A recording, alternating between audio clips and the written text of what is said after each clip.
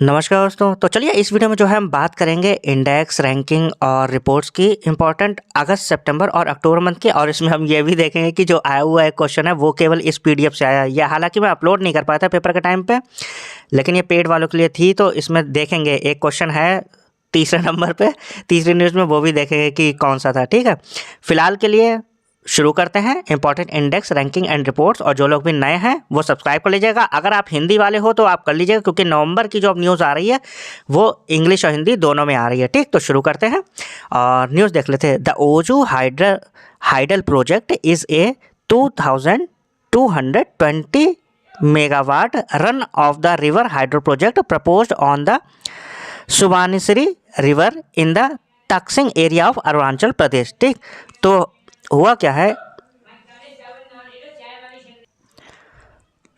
तो एक hydro project है जो कि अरुणाचल प्रदेश में प्रपोज किया गया है, ओजू हाइडल प्रोजेक्ट। ठीक, 2220 मेगावाट का है। ठीक है, और ये सुबानसिरी रिवर पे तकसिंग एरिया में अरुणाचल प्रदेश में प्रपोज किया गया, near the India China border. India China border के पास में this large scale project is estimated to cost over 24,942 crore. ठीक है, तो इसकी जो लागत है वो कितनी है, 24,942 करोड़ रुपए।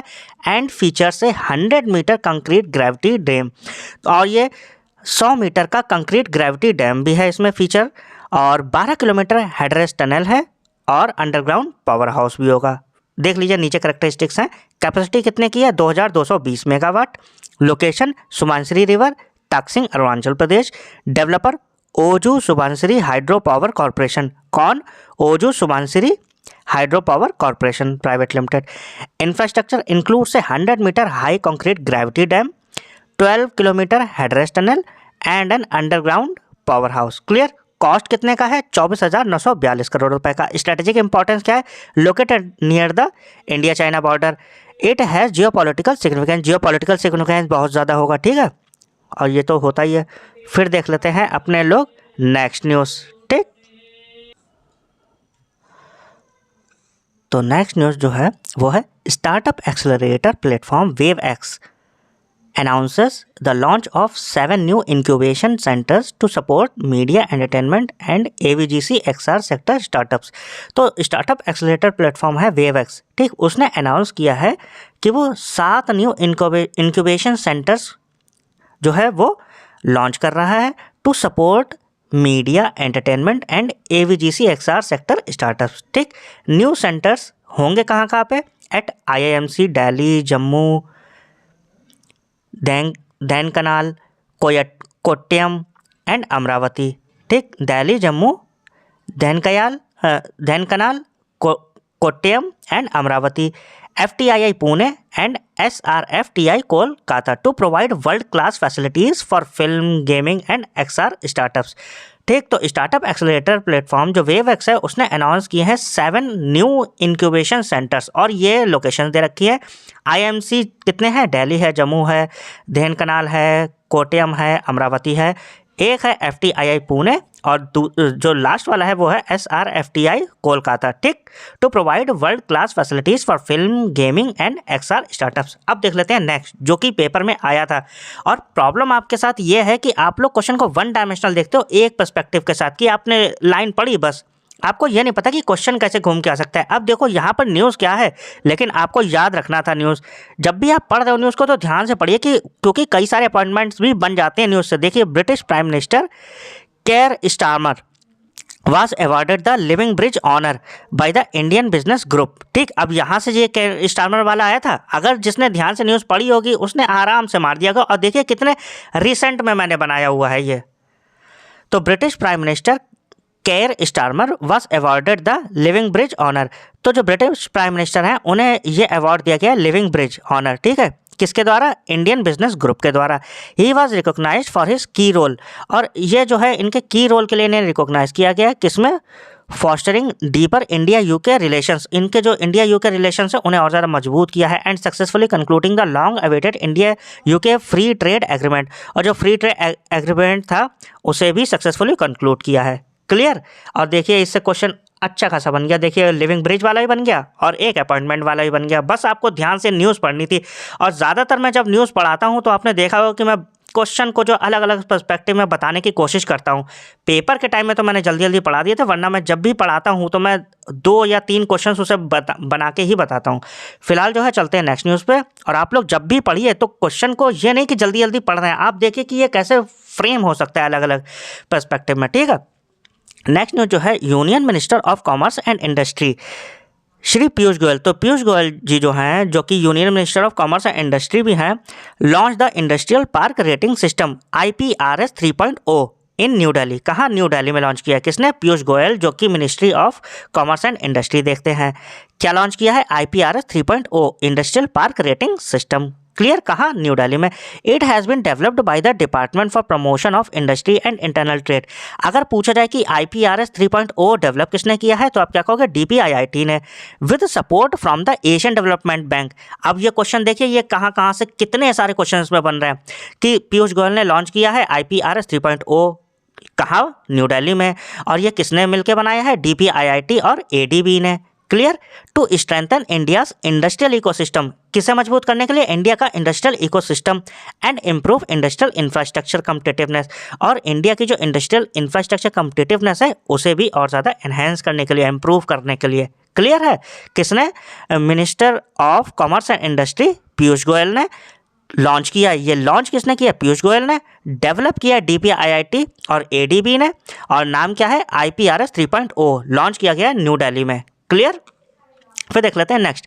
Andhra Pradesh won the best state award, तो आंध्र प्रदेश ने जीता है best state award under the Mera Resham Mera Abhiman programme. ठीक है, तो आंध्र प्रदेश ने जीत लिया है best state award under the Mera Resham Mera Abhiman programme. The award was presented during the 76th central silk board CSB foundation day celebration held on 20th September in Bengaluru Karnataka. देखिए इसमें भी क्वेश्चन कितने बन रहे हैं कि बेस्ट स्टेट अवार्ड किसने जीता है?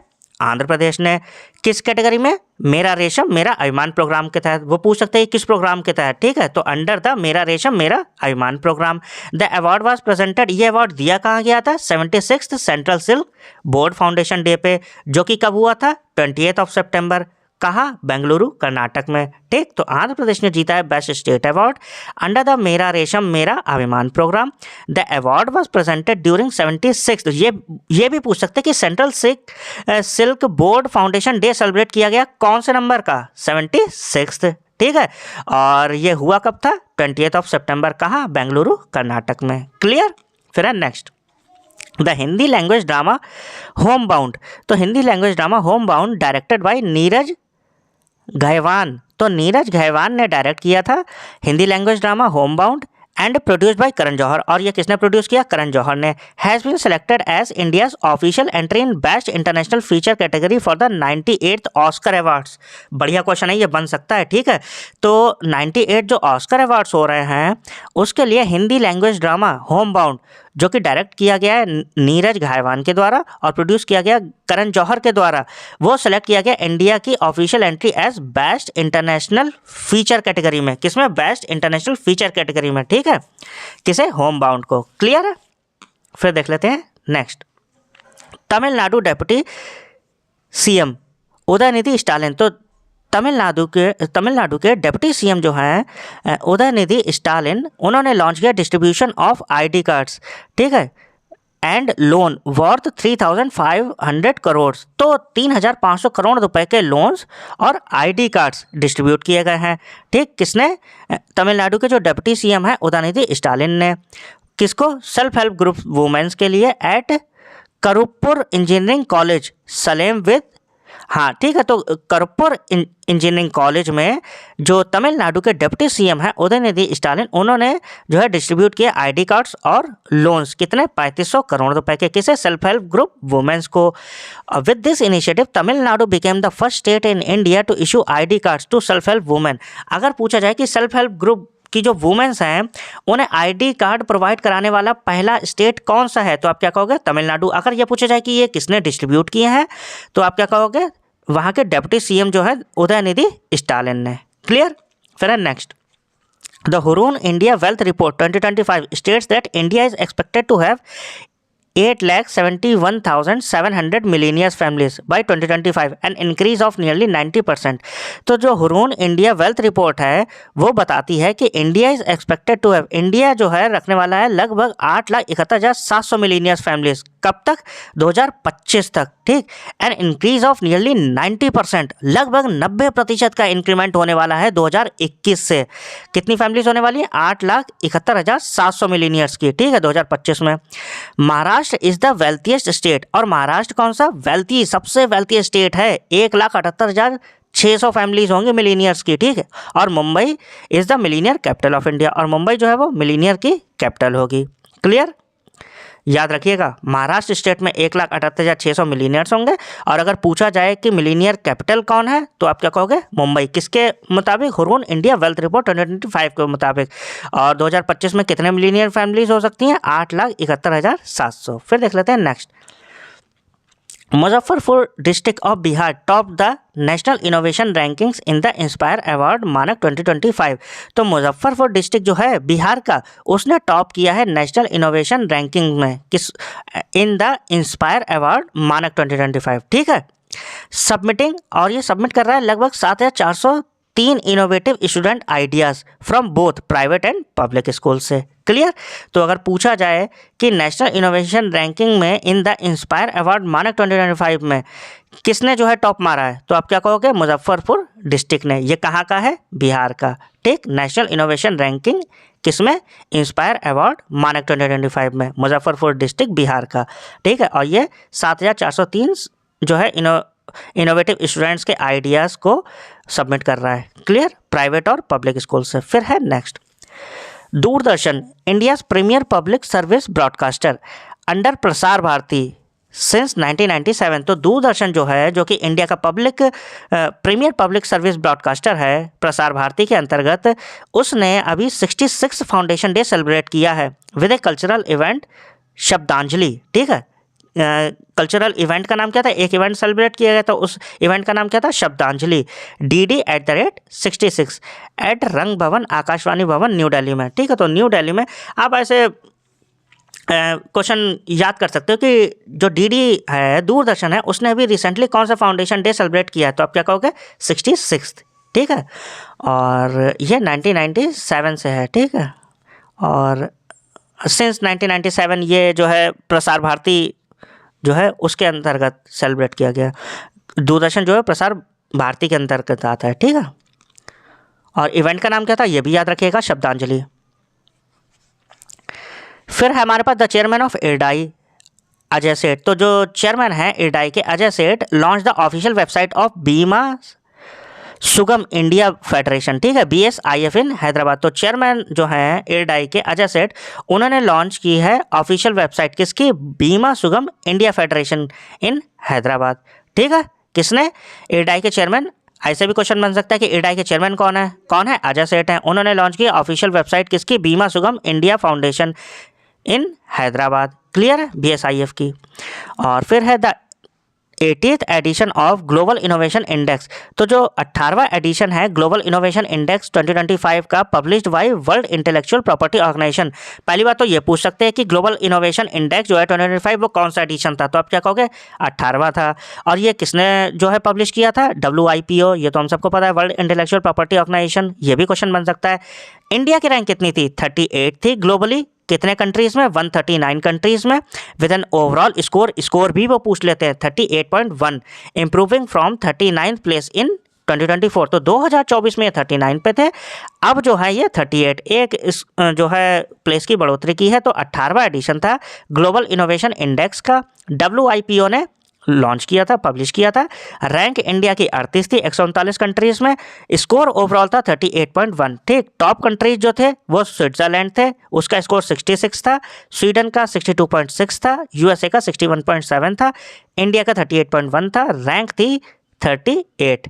पिछली बार 39 थी, इस बार 38 है। फिर है नेक्स्ट हमारे पास in the 2025 Henley passport index, ये तो इजी है, सबने पढ़ रखा होगा। इंडियाज पासपोर्ट इज रैंक्ड 85, तो इंडिया के पासपोर्ट की रैंक कितनी है, 85th है, which is a drop from its previous position, पिछली बार से ड्रॉप कर गया है। इंडिया पासपोर्ट होल्डर्स है वीज़ा फ्री और visa on arrival access to, अब जो है ये वीज़ा फ्री एंट्री कितने कंट्रीज़ में कर सकते हैं इंडिया के लोग, 57 कंट्रीज़ में। करंट रैंकिंग कितनी है, 85th है। वीज़ा फ्री एक्सेस कितनी है, 57 डेस्टिनेशन। पहले रैंक कितनी थी, 80 थी 2024 में, काफ़ी गिर गई है यार। टॉप रैंक्ड पासपोर्ट सिंगापुर का पहला है और ये 193 डेस्टिनेशन में वीज़ा फ्री एक्सेस है सिंगापुर वालों की, समझ रहे हो, इतने रिलायबल हैं वो लोग। फिर देख लेते हैं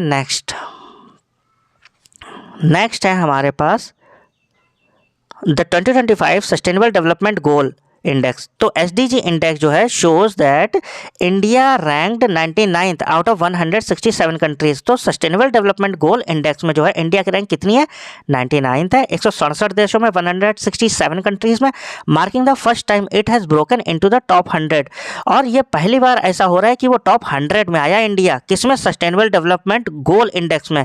क्लियर है, 99th रैंक है 167 देशों में, 167 कंट्रीज में, with A score of 67। Score भी याद रखना है, स्कोर कितना है सस्टेनेबल डेवलपमेंट गोल इंडेक्स में इंडिया का, 67।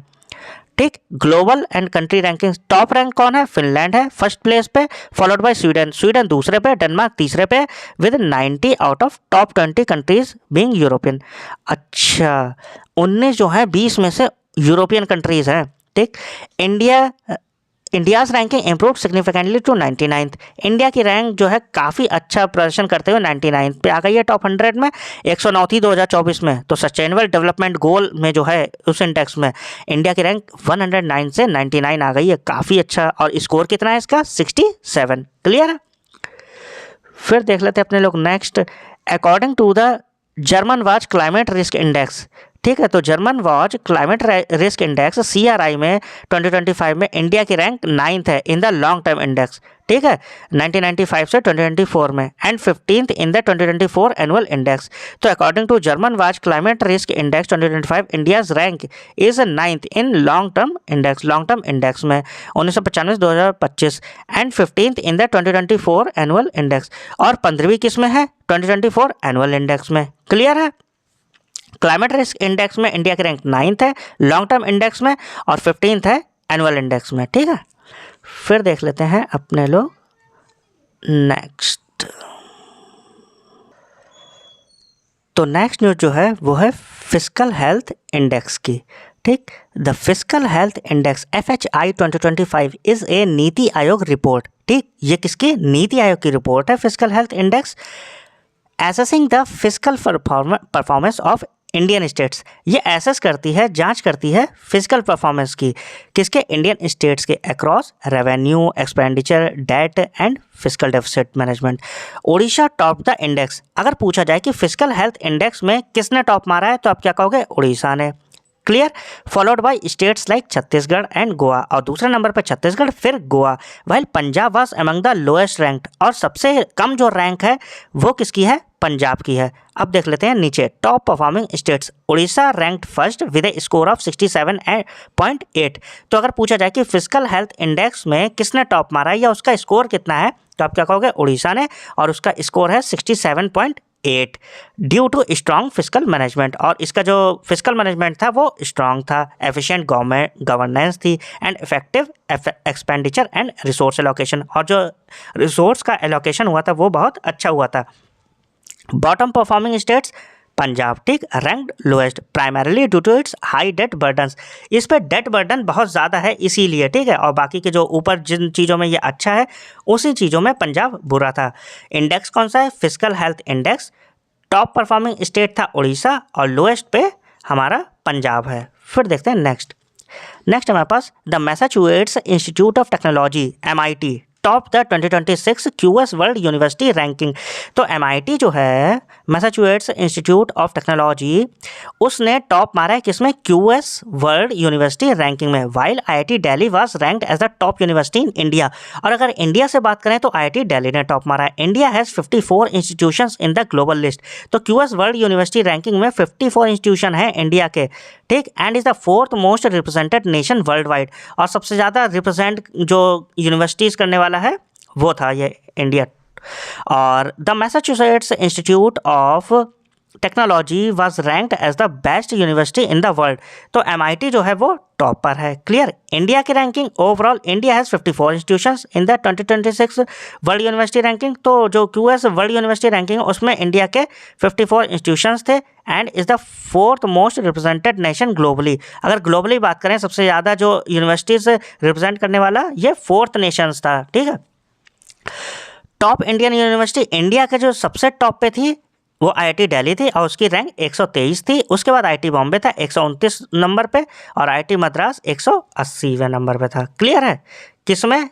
QS वर्ल्ड यूनिवर्सिटी रैंकिंग में MIT टॉप पे है, और इंडिया की तरफ से IIT दिल्ली है 123वें पे। फिर है नेक्स्ट हमारे पास the global gender gap index. ठीक, तो global gender gap index 2025 ranked India 131st। ठीक है, तो 131वीं रैंक है इंडिया की 148 कंट्री में ग्लोबल जेंडर गैप इंडेक्स में। ठीक है, जेंडर गैप इंडेक्स याद रखिएगा। A drop from its 2024 position of 129, तो 129 से 131 और नीचे चला गया है। सही है जेंडर गैप में। The report by the world economic forum WEF ने लॉन्च करी थी ये। इंडिया की परफॉर्मेंस 2025 में ओवरऑल रैंक कितनी है? 131। पहले कितनी थी? 129 थी, और ये 131 कितने कंट्रीज़ में? 148 कंट्रीज़ में, with a parity score of 64.1%। अगर स्कोर पूछा जाए कितना है तो 64.1% था। Iceland top the global gender gap index for the 16th consecutive year. तो आइसलैंड ने जो है ना, अच्छा आइसलैंड बहुत ज़्यादा इंडेक्स में टॉप पे रहता है, आइसलैंड या फिर फिनलैंड। तो ग्लोबल जेंडर गैप इंडेक्स में 2025 में आइसलैंड ने टॉप मारा है 16वीं बार। ये क्वेश्चन बन सकता है कि आइसलैंड ने कौन से कॉन्जिक्यूटिवली टॉप मारा है जेंडर गैप इंडेक्स में, तो आप क्या कहोगे? 16th time. क्लियर है। दूसरे नंबर पर फिनलैंड है। क्लियर, बाकी याद रखने की कोई ज़रूरत नहीं है। आइसलैंड का इंडेक्स स्कोर याद रख लीजिएगा 0.926 है। इंडिया का क्या है? 64.1%।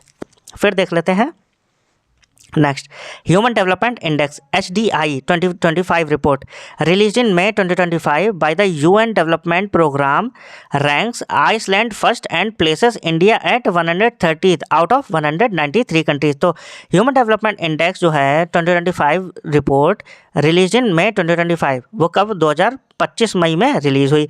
किसके द्वारा? UNDP के द्वारा, हम सबको पता है। रैंक्स आइसलैंड फर्स्ट, और HDI में जो है इस इंडेक्स में किसने टॉप मारा है? आइसलैंड ने, and places India at 130th out of 193 countries. तो ह्यूमन डेवलपमेंट इंडेक्स में भी जो है इंडिया 130वें नंबर पे आ रहा है, और आइसलैंड ने पहले पे बाजी मारी है। The report highlights that while India's HDI value increase. अच्छा, इंडिया की जो HDI वैल्यू है वो तो इंक्रीज हुई है, लेकिन फिर भी जो है कह सकते हो कि जो पिछले से अगर कंपेयर करेंगे ना हम, तो थोड़ा सा बढ़ोतरी हुई है स्कोर में। ठीक, putting in the medium human development category, और इस वजह से जो है इसे मीडियम ह्यूमन डेवलपमेंट कैटेगरी में डाला गया है, लोअर में नहीं डाला गया है। ठीक, ये याद रखिएगा कि रैंक तो 130 है, ठीक है, लेकिन स्कोर में बढ़ोतरी की है पिछली बार से। किसमें? ह्यूमन डेवलपमेंट इंडेक्स में। इंडिया की रैंक 130, आइसलैंड ने टॉप मारा है। UNDP रिपोर्ट रिलीज करता है, मई में करी थी इस बार।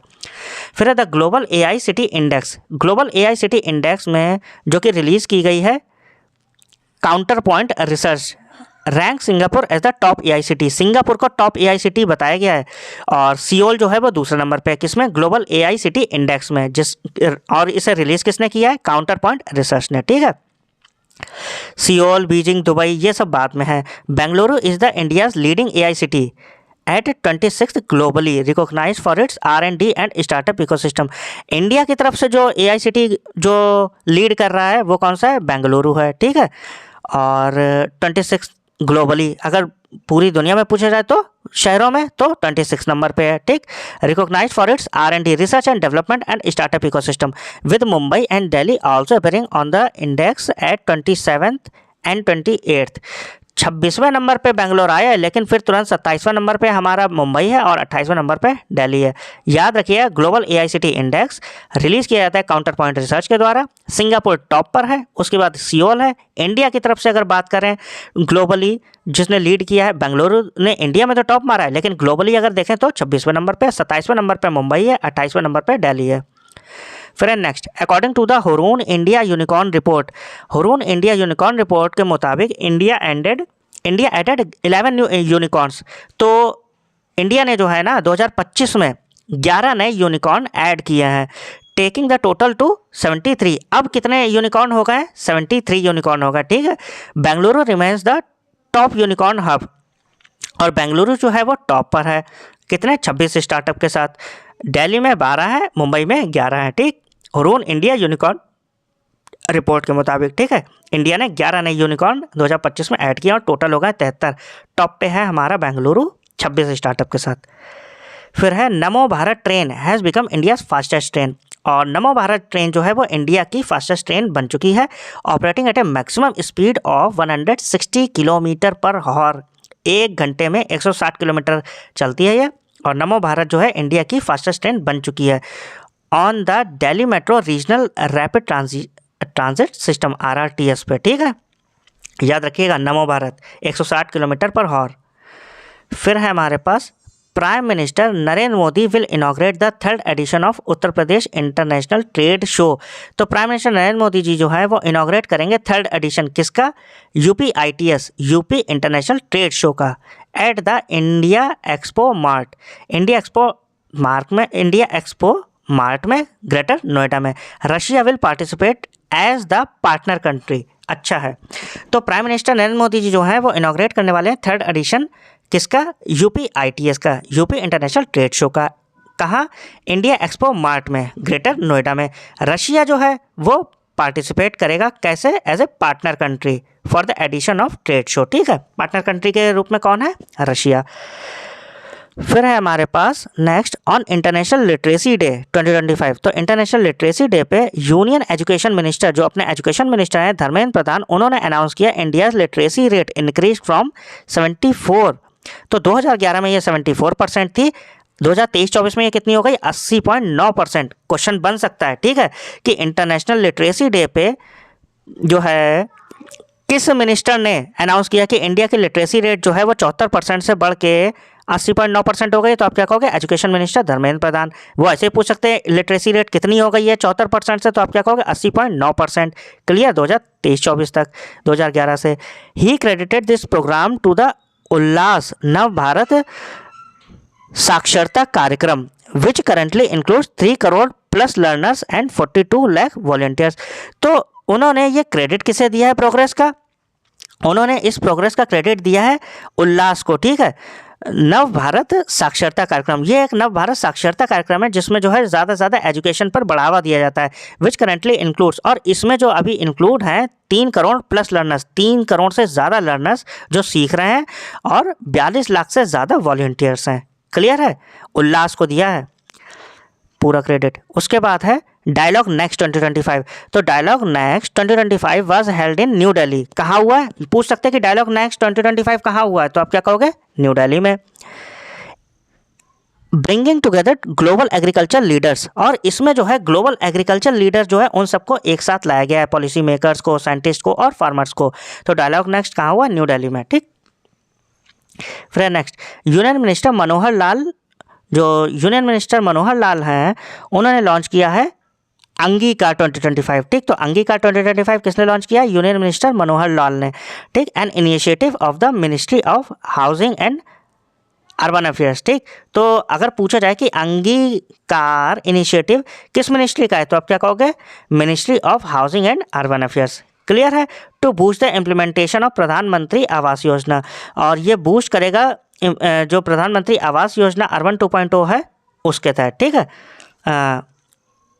किसने? मनोहर लाल ने लॉन्च किया है अंगीकार 2025 इनिशिएटिव, ठीक। और ये किस मिनिस्ट्री के तहत? Ministry of housing and urban affairs. To boost the implementation of Pradhan Mantri Awas योजना, जो प्रधानमंत्री आवास योजना है अर्बन 2.0 उसे और ज़्यादा बढ़ावा देने के लिए, एनहेंस करने के लिए। क्लियर?